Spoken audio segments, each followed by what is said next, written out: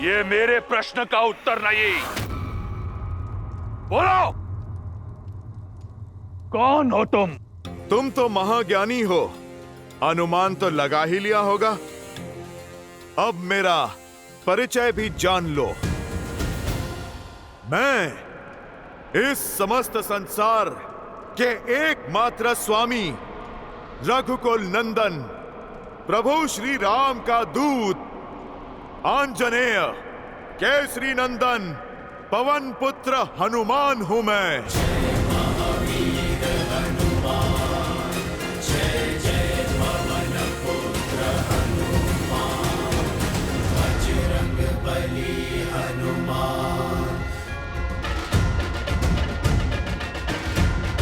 जय श्री राम।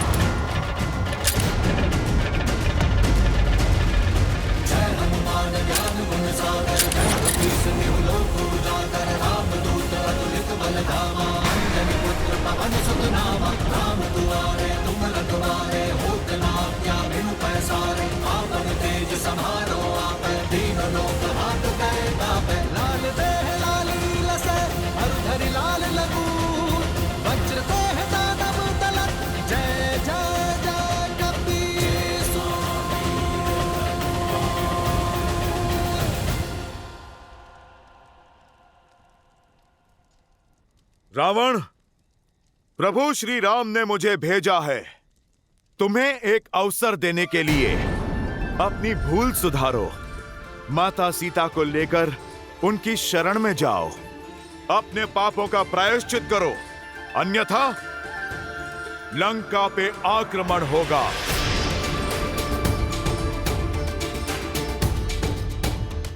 लंका भी छिनेगी और तुम्हारे प्राण भी। राम, जिसे अयोध्या से निकाल दिया गया, वो लंका में आएगा? जो अपनी पत्नी को मुझसे छीनने से बचा नहीं पाया, वो मेरे प्राण छीनेगा। दशानन, जिसने सहस्त्रों वीरों का संहार किया है, उसके समक्ष क्या है तुम्हारा राम?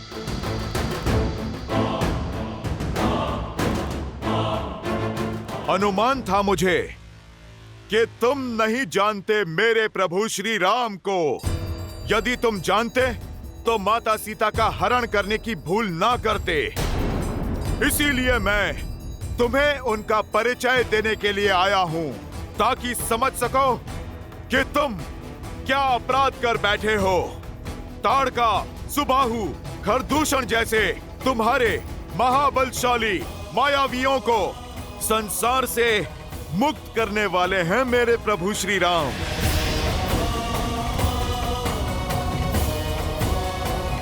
जिस वानर राज बाली ने 6 माह तक तुम्हें अपनी बगल में दबा के रखा, उस बाली को एक ही बाण से परलोक भेज देने वाले हैं मेरे प्रभु श्री राम।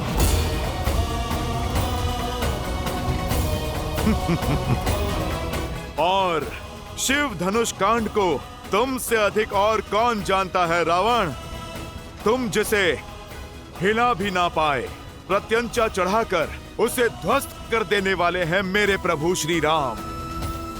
नारायण के अवतार परशुराम को भी उनकी सीमा में बांध देने वाले हैं मेरे प्रभु श्री राम। सियापति राम वो हुंकार है जिसने इस धरा के सभी वानर एकत्रित कर दिए।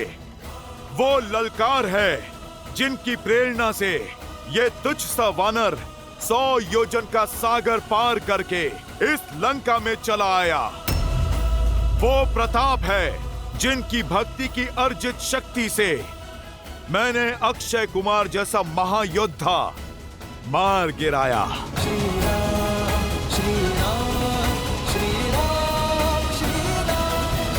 ज्ञानी व्यक्ति एक मेघ को देखकर वर्षा का अनुमान लगा लेता है रावण। सोचो, जब उनका ये तुच्छ सा सेवक ऐसा हाहाकार मचा सकता है, तो जब साक्षात प्रभु श्री राम आएंगे तो कैसा संहार होगा। जब शेष नाग की फुंकार लिए लक्ष्मण भैया अपने कठोर बाणों से प्रहार करेंगे, तब तुम्हारी और इंद्रजीत की क्या दशा होगी। प्रभु श्री राम ने वानर राज सुग्रीव से हाथ मिला लिया है। उनकी शक्ति अपार है। महादेव के तप से अर्जित शक्ति को तुम कलंकित मत करो। रावण, अभी भी समय है, अपनी शक्ति की अकड़ छोड़ दो। प्रभु श्री राम के भक्त बन जाओ दशानंद। लौटा दो मेरी सीता मैया को और मांग लो क्षमा। तुम्हारा जीवन भी बच जाएगा और सम्मान भी, और बची कुची संतान भी। बंद करो ये राम का गुणगान, जीभ काट दो इसकी, उदाहरण बनाओ इसका, ताकि संसार को स्मरण रहे कि रावण के समक्ष उस वनवासी की महिमा गाने वाले को कैसा दंड मिलता है। रुक जाइए महाराज।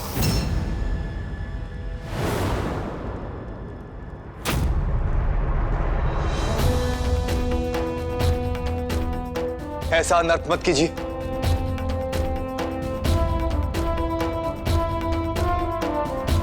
महाराज, ये तो केवल एक दूत, और एक दूत का अपना कोई मत नहीं होता।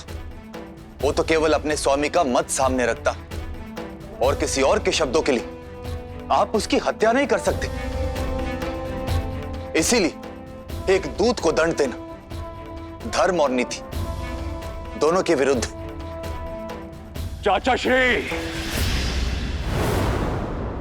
आप लंका के पक्ष में हैं या लंका के शत्रुओं के?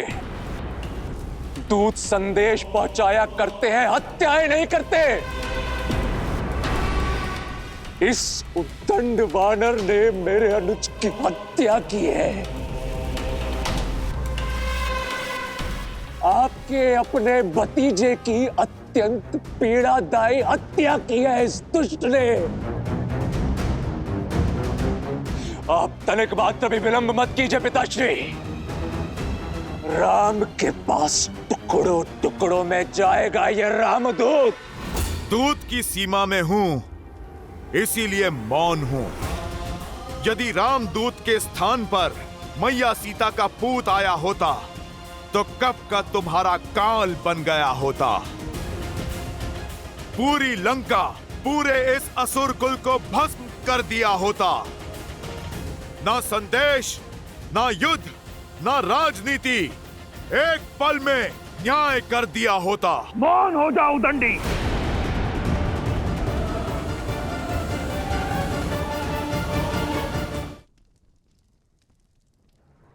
नहीं भैया, क्रोध में विवेक मत खोइए। इसे यहां से सुरक्षित जाने दीजिए। आप मेरी नहीं सुनना चाहते तो अपने मंत्रीगण से पूछे। नीति और शास्त्र दोनों इसकी आज्ञा नहीं देते।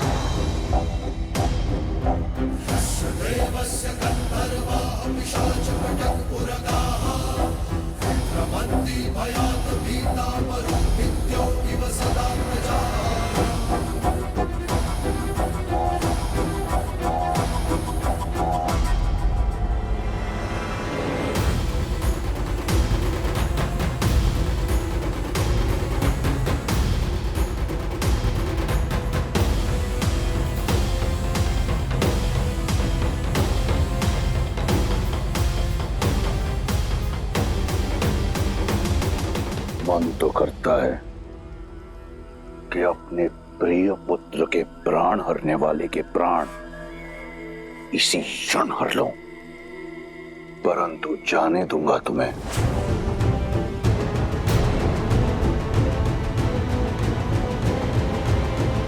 इसलिए नहीं कि विभीषण के तर्क में बल है, परंतु इसलिए कि मैं चाहता हूं कि तुम उस राम के पास जाओ और उसे बताओ कि वो किसके विरुद्ध खड़ा हो रहा है। मैं तुम्हारे राम का बल देखना चाहता हूं। निकुम, सुना है कि वानरों को उनकी पूंछ बहुत प्रिय होती है। उनका अभिमान होता है उनकी पूंछ में, परंतु वानर, लंका में अभिमान का अधिकार केवल लंकेश को है। ले जाओ इस मरकट को लंका के बीचों बीच और संपूर्ण प्रजा के समक्ष आग लगा दो इसकी पूंछ में। यदि बच गया तो जीवित छोड़ देना, ताकि अपने राम के पास रावण का संदेश ले जा सके।